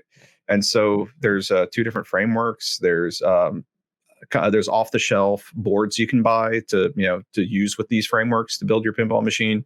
So it, in some ways, it's gotten a lot easier. It's still incredibly difficult, but it's the bar to entry has been lowered to conceivable, as opposed to completely insane. Right. And I've actually got a couple of friends in town who are working on a custom pinball machine. They're working on a Legend of Zelda themed pinball machine. Oh, that's so cool. It's really great about pinball is like there's so many kind of licensed properties, right? And if you're into a particular thing, you're like, oh, I really wish it existed. Yep. And it's as you say, wild, but not inconceivable that you could actually instantiate that in the world through your own labor and funds. And so it's been really cool to watch their progress on that, and and it makes me appreciate how much I never want to do it. It's like I'm just glad I get to see someone else do it. Like I can go and look at it and see where they're at, and pick their brains a little bit. But I'm perfectly happy to to go, that looks cool, as opposed to do it. The doing it part just that seems so much work. But yeah, I've talked to a couple different people. Whenever I go to I go to a pinball convention where I can just bring all my equipment and stream, that's actually the stuff I seek out, because I want to give those people who are building their own game, like, put that on the internet, show people, like, because people would never see this like incredible labor of love that someone's got, that that maybe it gets shared like a little bit, like a couple pictures here and there. But if they're not a pinball streamer and they don't know how to to really shoot the game, then that's something I can do, and then then I'll put that up on YouTube, or I'll stream it to Twitch and later end up putting up to YouTube. But that's, to me, that's like the most fascinating thing to see, is these custom games, and just no one works on one of these things unless they have a ridiculous amount of passion for it. So they're always really great people to talk to. Labor of love / madness. Yes. Yeah. And perhaps equal quantities, maybe not. And I'm not going to say which side is winning. Well, the other thing, of course, like, the concept of this podcast, as I mentioned, is to find people doing things I'm interested in that have some sort of intersection with sort of the goth subculture. So I did want to kind of ask you, I suppose, what do you feel like your kind of connection to that is, and what's been your sort of history with it, and how do you feel it's sort of intersected with your love of pinball in terms of where you live and being accepted and interacting with other people in the community? Sure. So I was like, somewhere between goth and metalhead in high school. That was kind of where I was at. And then, that kind of throughout, into college, until about when I got a co-op job, and, cut my hair and stop dressing like a weirdo Right. because I had to get my real job, and and then from there it was sort of like that the slow it's the slow insidious nature of becoming normal, where it's you're just trying to fit in so that you don't cause any waves, Right. and I went a very, very long time running in that mode. And thanks to the pandemic and having to spend a whole lot of time with myself. Mm. And, that's really kind of what got me back in touch with, thinking about, well, what do I actually feel like? Who the hell am I? Right. What do I actually like? And so it was, really, it was this time, like, and I'm going to guess that I'm probably one of many people that in some way or another have found something about themselves, rediscovered something about Oh, themselves yeah, absolutely. because of the pandemic. That's right. So there's our tiny silver shit show. Um, but yeah, that's I've always liked a lot of music that kind of falls into what might be considered goth. I mean, I think we've talked enough that that I get all a little. It's like I don't know what is goth. Like it's whenever you start talking about any sort of group or label or anything, it's just But it's that's kind of like this almost blurry. that's what everyone does who's involved in the community. It's like, Right, well, I don't know. It's like, oh, what is it really? It's like there's so much of that kind right. of hand wringing and looking at the Yep. sky and standing And dramatically on the mountaintop. And it's a feature, in not a bug. absolute yeah, absolutely. And it's true in all communities.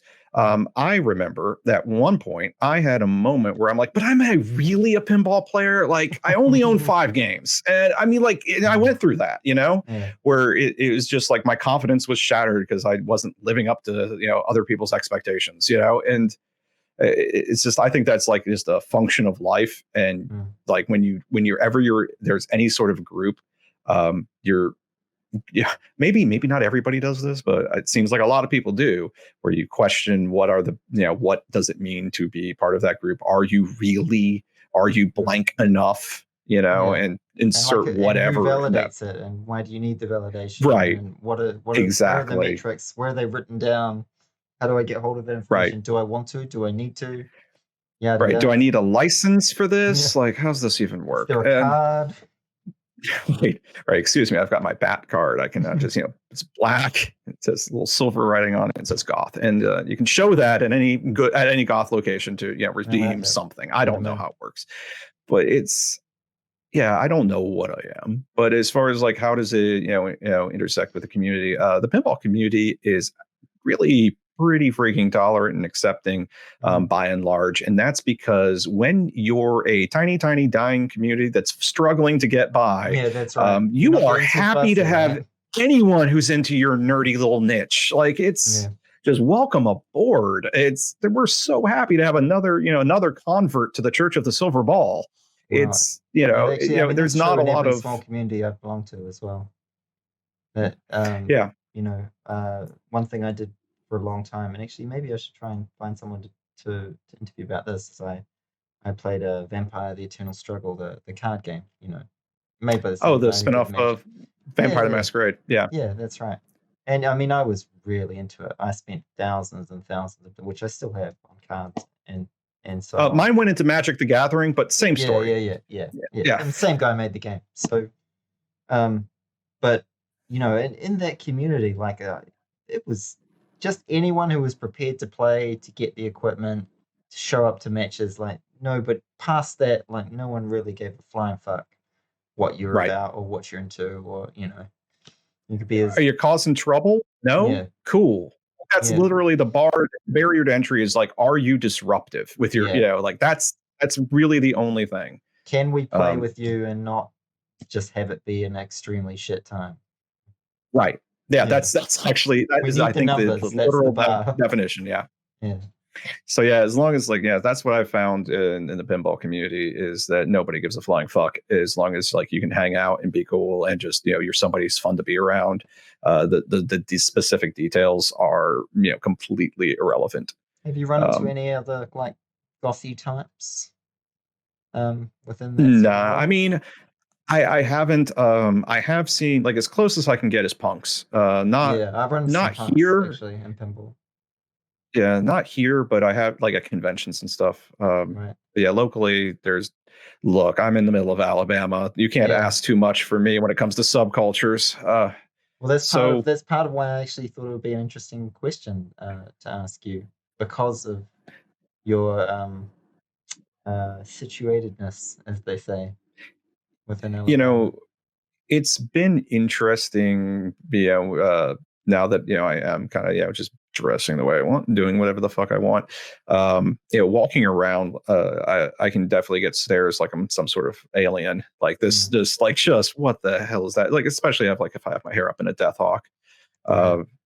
uh, or makeup or whatever. Beyond like the tasteful amount of eyeliner I'm currently wearing. Right. It's and it's kind of interesting. And what I've learned there is that it's empowering when you stop giving a fuck. Like Yeah. it's really great. Like it's a great feeling. Um, for me, the first time I kind of just said fuck it. I'm going to go. I'm going to go out. I'm going to look the way I want. Mm, I went to like a dive bar that's not too far from here, and and nobody cared. mm, And that's kind of that's generally been my experience. Is like out at like Walmart. Like if I'm going to go grab a 6-pack of beer at Walmart, I may turn some heads if I have my hair up in a death hawk. right. Um, but other than that, like when like if I go to the bar, nobody cares. It's again, are you fun to be around? Then cool, Mm. Look, the biggest problem I cause at the bar is they're like, God damn, he's playing Sisters of Mercy again on the jukebox. Why does he keep doing this? That's the biggest problem I cause is Right. my musical choice. It's like, look, this is strictly a Guns N' Roses kind of bar. You need to knock it off with your goth shit. Now, I mean, not really, but that's kind Yeah, of yeah. the like, You can feel but that in the that's like the atmosphere a joke. little bit. Right. You can feel in Yeah. there. Like, well, it's the, like, all of a sudden, like, some like Sisters of Mercy or, Susie the Banshees or whatever starts playing. And like, you can see the heads look around the bar as they go, who the hell? Oh, wait. Yes. We Uh, know exactly yeah. who put this song on the It is jukebox. Like, almost certainly there's that not a guy. doubt. Yeah. Just 100. Right. Yeah. Um, oh, So, and one other thing that I also wanted to talk to you about was you're something of a beer connoisseur, I understand. Would that be a fair thing to say? yes, Mm. I do love beer. And what would you Uh, like to and, say about beer to the world or to the poor people who might listen to this? right. The 4 people who might listen to this. Beer is a remarkably large category of drink. Beer is not Budweiser, Coors, and Miller. That is not what beer is all about. Beer covers a massive area of flavor, and you can go out to like a brewery or something. Go somewhere that's got a lot of taps. Mm, Try a lot of different stuff and find out what you like because it's probably not going to be like, oh, I like an American light lager, which is the most boring beer ever made. mm, Um, and there's some really like look, I'm like here I am in my little town in Alabama, and I've got like at least 5 breweries within a couple like within maybe like 20 minutes like yeah. drive. I mean, craft beer's really And taken off, hasn't it? I mean, Wellington's a huge yes, craft beer massively, place as well. massively. There's just so many small breweries here. And Um, I love it. I love mm, whenever I go somewhere, like if I'm in a town that haven't been in before, it's like go drink whatever the local beer is, and mm, I love the fact that there's such a thing as the local beer. right. Actually, I mean, I've been to the States quite a few times now, and that's something I like to do when I go to a new town is to try and just not in a not in a very intense kind of way, but at least find a few places that are either brewing their own beer or getting a bunch of sort of local beers on tap and stuff, and have a little bit of a taste. Check it out. Yeah, Uh, no, it's I really love like just get a flight, get little tiny glasses of a whole bunch of different beers and mm, figure out what you like. That's my message about beer is figure out what you like because I promise there's probably a beer that you like. You just don't know it yet because the only thing you've been exposed to that's is right. the very generic, kind of Educate your taste flavorless. buds. Right, right. Mm, You might like sours. Sours are an intense flavor. A lot of people don't like it, but it doesn't taste anything like Budweiser. You might like IPAs, or you might want to just go directly drink a bottle of Pine Sol. Really, it's your choice. The I love. but the it's kind of comical how hoppy some of them get. Yeah, I do hear that a lot actually. I had an ex-flatmate who Yeah, used to troll them by saying, "Oh, can you just give me something that just really doesn't taste of hops at all?" And that, right. they'd look mildly pissed off, kind of like if you'd asked for a steak to be well done or something like that.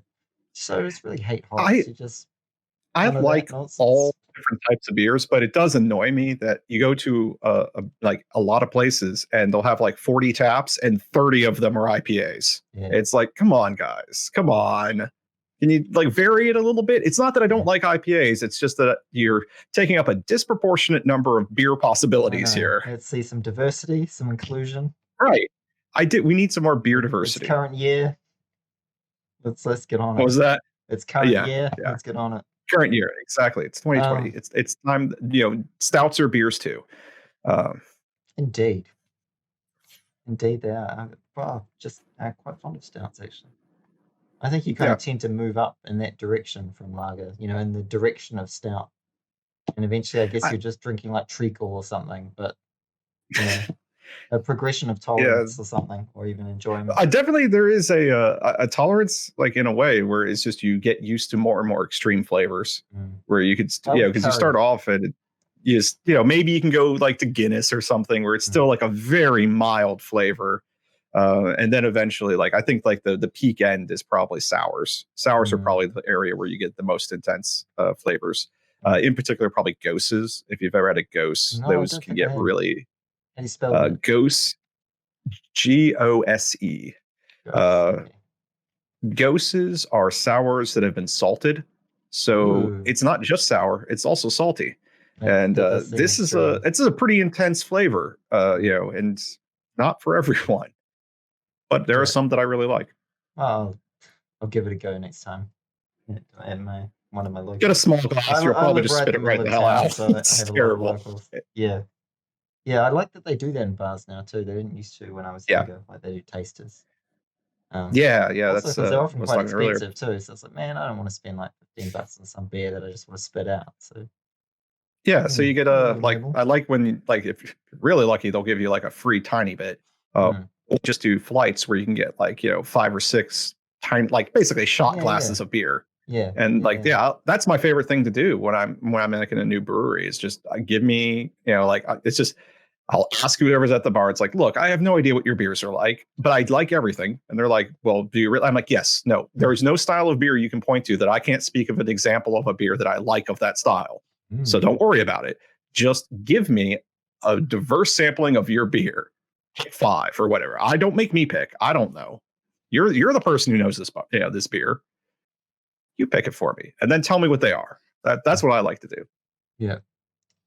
And then Um, from there, it's like, okay, that one was good. Give me a pint well, of that. I've got to say you're a quality evangelist because now you're making me want to do that too. Maybe you're just very That's persuasive, Stephen. Maybe that's your I'm gift but as much as yet any I other one. did so bad at Among Us. Like, just I I felt, mean, I think you I got better. You got better. I got I better. I got better. Yeah, But yeah, because yeah, it's like I got room to grow. I got room yeah. to grow on lying my ass off in Among Us. Well, man, I just had that problem with that one guy, that one fucking guy who could always tell if I'm lying. Apart from that, I seem to do okay, but he's just dialed into my bullshit, and so I need to come up with a new line of just bullshit. Uh, Your problem or I your just need to problem knock is him you're out pretty immediately, always. I picked up on you pretty quick because the problem is since you're streaming, it's easy to tell when your level of chatter drops Yeah, dramatically. that's right. And you can And see it's my like, oh, face. You can okay. see my face as well as hear Well, my I'm not voice. looking at this. I'm not looking at the stream. That would be Oh no, outright actually, cheating. that would be But cheating. I could just right. I can just Hmm. notice it's like all of a sudden it's like, you Yeah, were yeah, real chatty the last couple, yeah, yeah, times. We're talking all about this, and now all of a yeah. sudden we're not talking so much. It is interesting with lying because I think everyone has their kind of pantomimes that they do, or nearly everybody, not the sociopaths, Yeah. but fuck those guys, Right. Jesus. That's that's the real thing that's been great about Among Us is it lets you know about the sociopaths in Oh your yeah, life. Like you yeah, can just it's like, oh wow, you are way too good at uh, lying. Like yeah. like I heard there was zero I, remorse or I am hesitation in your reconsidering voice. our friendship. Right. I've got to keep an eye on this. I have just been alerted to a new danger. Mm. I'm in trouble. Okay. Uh, that was cool. Well, let's see if anyone does have any questions. I think I saw at least one. Oh yeah, I've got a question here from Diz Days who wants to know. Well, she's got two questions actually. All right. One was how did you actually start collecting arcade games or start, what you're doing?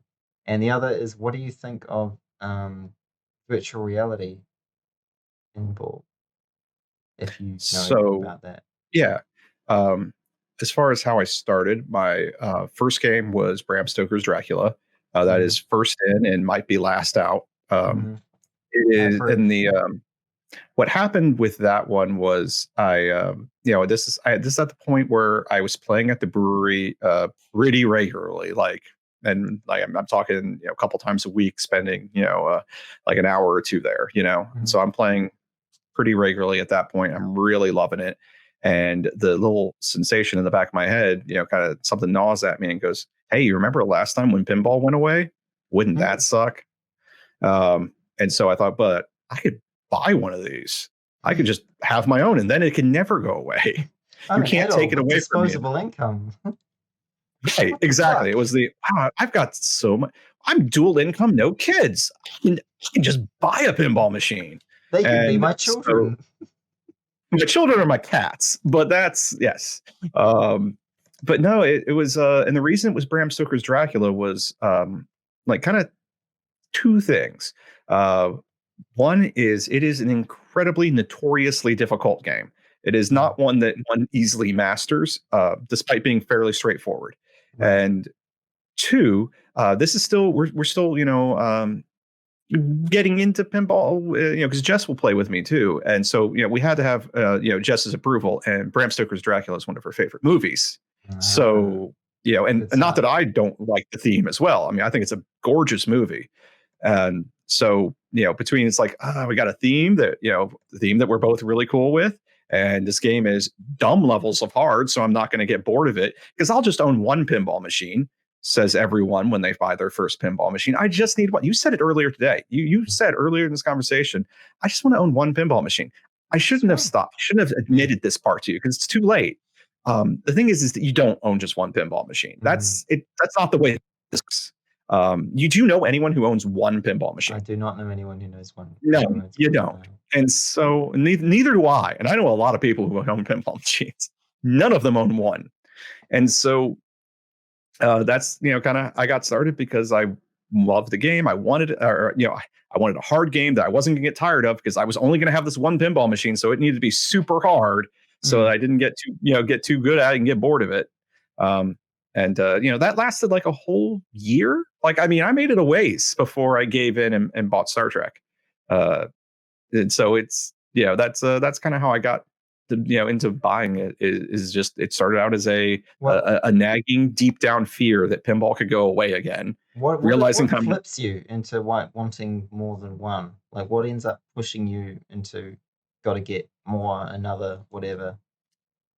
Is I it? uh, it's the you want the variety, like Mm, because no two games played the same. right. They all have different rules and objectives and different shot layouts and all this stuff. And so if you're just sitting there grinding, like, well, if you've seen me stream, I play for like 2-3 hours. That's Mm, about my max. That's about my max grind level on one game, where it's right. just like, okay, I'm good. I've played this game enough for one day. Um, and that's and then if you want to get a little more variety in there, there's only one way to do it, and that's to get another pinball machine. Right. Um, and now, granted, it's like there's like a curve there of like what's the optimum number of pinball machines to own, before which at what point you're just becoming a hoarder. I feel very comfortable with my number of pinball machines, only because I own way less than some of the people I know, so I don't think I have a problem.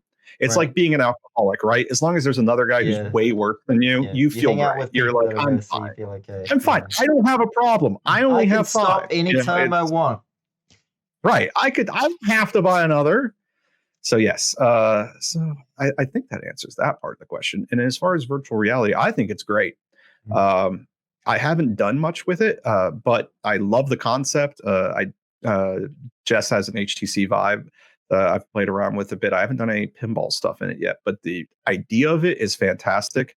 because they do have like the haptic feedback from the the little controllers are just pretty good actually. All things considered. And then the illusion of 3D is fantastic with a headset. So I think it's a great idea. I don't know if there's that much. I know one of the companies that makes like virtual pinball machines, Pinball Effects. They've got a VR version. I should try it out, but I haven't gotten into it because I've got these, and so I tend not to do as much with virtual pinball of any sort because that would be a distraction from the way too much money I've spent on these, and I have to continually justify to myself that I've spent this much money. Right. So we can't find out that I actually secretly enjoy virtual pinball just as much. That would be devastating. But there might be a cheaper direction. Okay. I take it back. I take it back. Right. Okay, so I think I've covered most of the things that I wanted to ask you about. Is there anything that you would like to talk about in general, or in terms of the stuff that we've covered that you feel like I skipped, or I should have asked you about, or that you'd just like to talk about particularly? Can't really think of anything. I think we covered a lot tonight. Yeah, we did. It was a good chat. Yeah. One thing I would like to ask you though, are there any shout outs you'd like to make? Oh, for like all my socials and such. Well, yeah, that, and Okay. maybe any sort of pinball resources you'd particularly recommend to people as well. So Papa TV on YouTube has the best tutorials. They're another reason that me making tutorials was a terrible idea. Someone's already done it, and theirs are good. So if you want to learn, they've got tutorials on the fundamentals, like the stuff I talked about before, dead passes, post pass, that kind of stuff. Right. And they've got game-specific tutorials for a ton of different pinball machines. So I think they're one of the best resources is Papa TV on YouTube. That's PAPA. The Professional Amateur Pinball Association. So I think in terms of resources, that's the big one. On Twitch, the Buffalo Pinball guys are great. Highly recommend them if you want to watch pinball streamers who are actually good at pinball. If you just want to watch some jackass drink and play, that's me. I got you covered. That's but if you actually want to learn something, those guys are pretty good. Right. There was a lot of great pinball streamers, honestly. Just check out the category. The entire I would like to shout out the entire pinball category on Twitch. Go check it out. It's an interesting little niche on the platform that I think is fascinating. I found there's you get a lot of people who you don't think maybe pinball is your thing, but I think it's something can grow on you where you kind of at first this is exactly how it works, I think, in meat space, where it's you wander in out of a little bit of curiosity, and then you hang out because they're cool people to hang out with, and the pinball just happens to be there.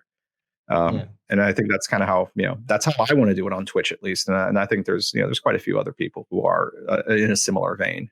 Well, it's certainly been my experience. It's certainly been my experience checking out your streams. I'm getting enthused. I'm definitely gonna go.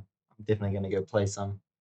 I mean, right. I would rattle off the names of a bunch of pinball streamers, but I would feel awful if I forgot anybody. Yeah, so no, that's fine. I gave you one who just check out the entire pinball category on Twitch. And then as far as like my socials and all that crud, PB_undesirables on pretty much everything. Except for YouTube, where I used pinball undesirables as one giant word. That was because when I started out, that was the name I picked. And then I realized that's a terrible username. That is way too many keystrokes. PB_undesirables is still too many keystrokes, but it was better. So I went down to PB instead of pinball.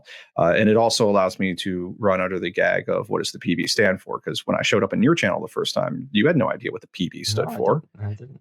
Right. It could stand for petty bitch. It could stand for pretty boy. You don't know. Like there's so many possibilities. So yeah, let's see. I'm on Instagram, and I use the different platforms for different stuff. Like Instagram, it's there's a lot of just pictures of pinball machines. Whenever I'm at someplace with a lot of pinball machines, I'll take a bunch of pictures and I slowly drip them out to Instagram. And over on Twitter, you'll my random ranty thoughts. And Untapped. Follow me on Untapped. Untapped is a social network for alcoholics. I mean, it's a way to gamify your drinking. It's an app on that you can check in the beers you drink and rate the beer and take a picture of the beer and that kind of stuff. And so if you want to know what I'm drinking, I generally maybe 30-40% of the time remember to actually check in my beers. So that's fun. There's links to all these stuff. You go to my Twitch page in the header. I had a thought about something else, but it's fleeting. It's just gone. Story of my life. Yeah, no, I mean that's how it works, right? You just sort of babble until you're just spent. You're just like, I don't know, my head's empty now. Everything's been rambled out of it. No, I think done a great job. I think we've had a great chat. I've learned a lot. Had a lot of fun. So I'm gonna let you get on with your life, PB. What time is it even All over right. there? Oh, for me, it's nothing. It's only 8:30 p.m. here. Oh, okay. You're No, the it's one who's solid. been up all day. I have been up a long time, but I Right. think as long as I keep talking and I mean, I'm not moving, but I am talking. As long as I keep engaging my brain, I'm okay. But the second I stop doing that, I'm just gonna collapse face down. And Right. Right. Well, have fun going out tonight. yeah, so I Just don't do don't that for stop quite some moving. time. That's the key. I think my plan's gonna be to get people to come here and then like tell them to go away when Yeah, I no, stop talking to them. that one works out well. That way you don't have to go home. They just have to get out. Mm, It's that's a it's great plan. nice. Great plan. Yeah, solid. Oh well, thank you very much. I'll let you get back to your day. I'll read a little poem about pinball and then just return to our lives. All right. Well, thank you for letting me evangelize my cult. Just Thank you anyone feel for free to join. It's great. We're a very accepting cult. We'll have pretty much anybody. You just have to like playing pinball. No, you don't even have to. You just have to pretend to like playing pinball. You just have to like hanging out and maybe having a beer or something. We're a brilliant. good group. Sold. Good. Good. That's one. All right. See you later. All right. Later. Have a good night. You too. Bye.